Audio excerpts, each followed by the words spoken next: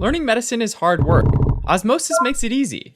It takes your lectures and notes to create a personalized study plan with exclusive videos, practice questions, and flashcards, and so much more. Try it free today. It's estimated that about 2 billion people worldwide are infected with Mycobacterium tuberculosis, often just shortened to tuberculosis or simply TB. 2 billion is a ton of people, but even though they're infected, that doesn't mean that all these people have symptoms. The vast majority, about 90 to 95%, aren't even aware that they're infected. And this is because usually the immune system can contain it, such that it's not able to multiply. It often remains latent or dormant, as opposed to active, which usually causes symptoms and can be spread to others. If the host's immune system becomes debilitated at some point down the road, like with AIDS or some other illness, or as a person grows older, it can be allowed to reactivate, or basically wake up and become very serious, especially if it spreads throughout the body. Mycobacteria are an interesting bunch. They're slender, rod-shaped, and need oxygen to survive. In other words, they're strict aerobes. They've got an unusually waxy cell wall, which is mainly a result of production of mycolic acid. Because of this waxy cell wall, they're acid-fast, meaning that they can hold on to a dye in spite of being exposed to alcohol, leaving it bright red colored when a Ziehl-Neelsen stain is used. The wall also makes them incredibly hardy, and allows them to resist weak disinfectants and survive on dry surfaces for months at a time. Now, Mycobacterium tuberculosis is usually transmitted via inhalation, which is how they gain entry into the lungs. Now, we breathe in all sorts of virus and bacteria all the time, but we've got defenses that take care of most of them. For one, air that we breathe in is turbulent in the upper airways, and drives most bacteria against mucus, which is then cleared pretty quickly. Ultimately though, TB can avoid the mucus traps and make its way to the deep airways and alveoli, where we have macrophages that eat up foreign cells, digest, and destroy them. With TB, they recognize foreign proteins on their cell surface, and phagocytize them, or essentially package them into a space called a phagosome. With most cases, the macrophage then fuses the phagosome with a lysosome, which has hydrolytic enzymes that can pretty much break down any biochemical molecule. TB is tricky though, and once inside the macrophage, they produce a protein that inhibits this fusion, which allows the mycobacterium to survive. It doesn't just survive though, it proliferates and creates a localized infection. At this point, somebody has developed primary tuberculosis, which means that they have signs of infection soon after being exposed to TB. Even though it sounds bad, most people at this stage are actually asymptomatic, or maybe have a mild flu-like illness. About 3 weeks after initial infection, cell-mediated immunity kicks in, and immune cells surround the site of TB infection, creating a granuloma, essentially an attempt to wall off the bacteria and prevent it from spreading. The tissue inside the middle dies as a result, a process referred to as caseous necrosis, which means cheese-like necrosis, since the dead tissue is soft, white, and looks kind of like cheese. This area is known as a gone focus. TB also gets to hilar lymph nodes, either carried over by immune cells through the lymph or by direct extension of the gone focus infection, and causes caseation there as well. And together, this caseating tissue and associated lymph node make up the characteristic gone complex.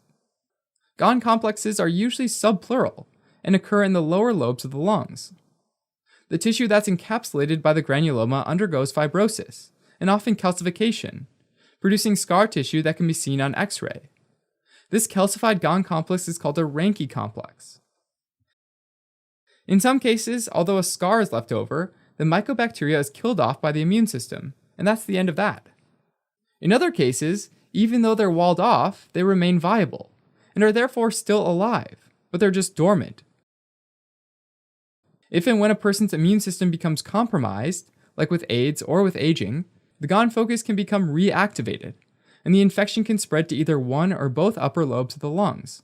It's thought that this is because oxygenation is greatest in these areas, and TB, being an aerobe, prefers areas of greater oxygenation. Since they were previously exposed, the immune system's memory T cells quickly release cytokines to try and control the new outbreak, which forms more areas of caseous necrosis. This time though, it tends to cavitate, or form cavities, which can allow the bacteria to disseminate or spread through airways and lymphatic channels to other parts of the lungs, which can cause bronchopneumonia.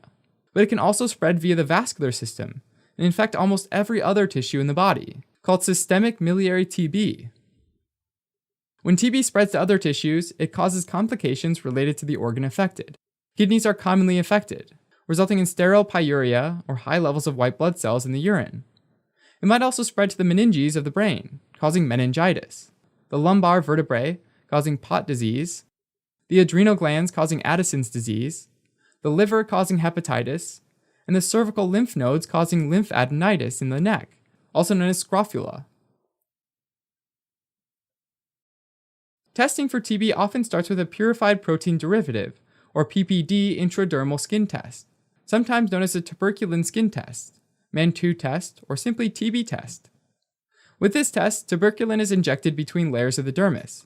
Tuberculin is a component of the bacteria, and if a person has previously been exposed to TB, the immune system reacts to the tuberculin and produces a small, localized reaction within 48 to 72 hours.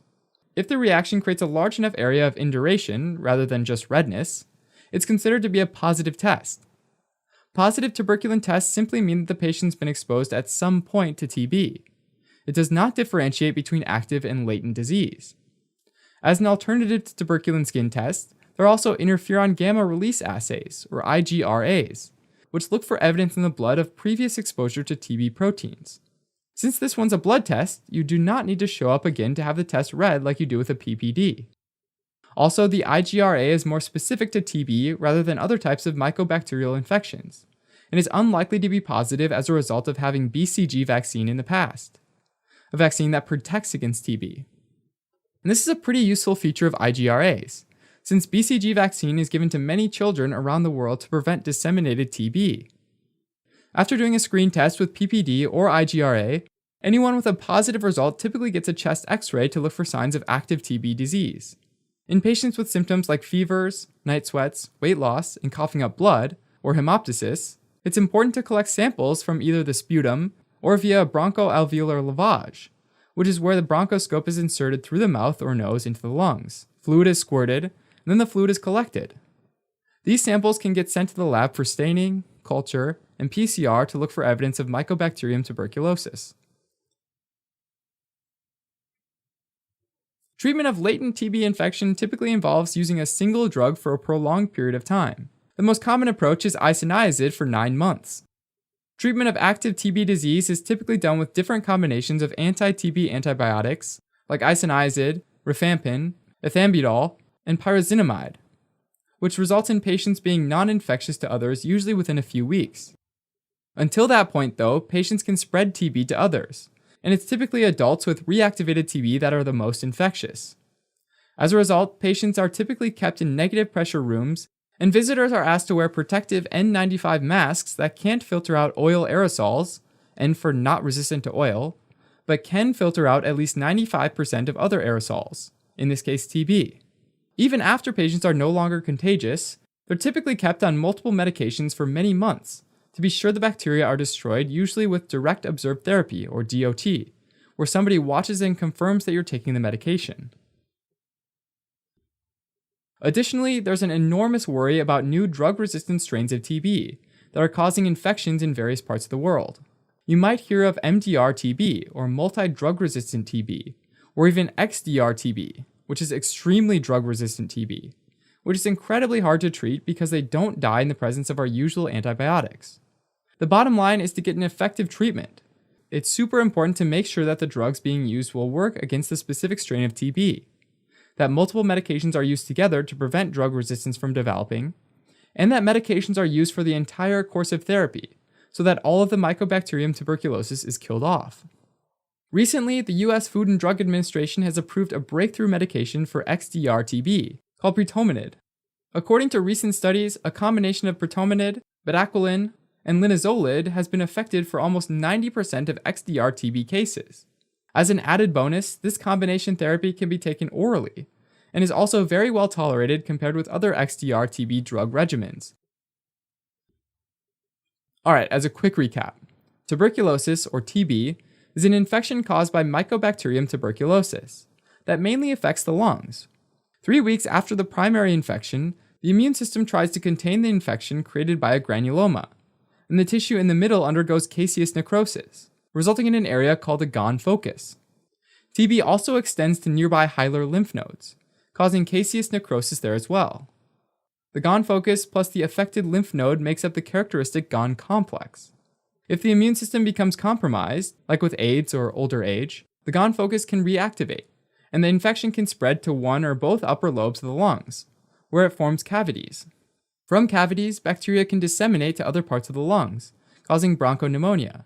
But it can also spread through the vascular system and infect almost every tissue in the body, which is called systemic miliary TB. Testing for TB starts with a PPD intradermal skin test, or with an IGRA blood test, and a chest x-ray can identify signs of active TB disease. In patients with fevers, night sweats, weight loss, and hemoptysis, a sputum sample can be stained, cultured, and PCR can be done to look for Mycobacterium tuberculosis. Treatment of active TB includes a combination of antibiotics, given for several months, and special regimens are used for MDR-TB and XDR-TB. Thanks for watching. If you're interested in a deeper dive on this topic, take a look at osmosis.org, where we have flashcards, questions, and other awesome tools to help you learn medicine. Otherwise, you can always support us by donating on Patreon, subscribing to our channel, or following us on social media.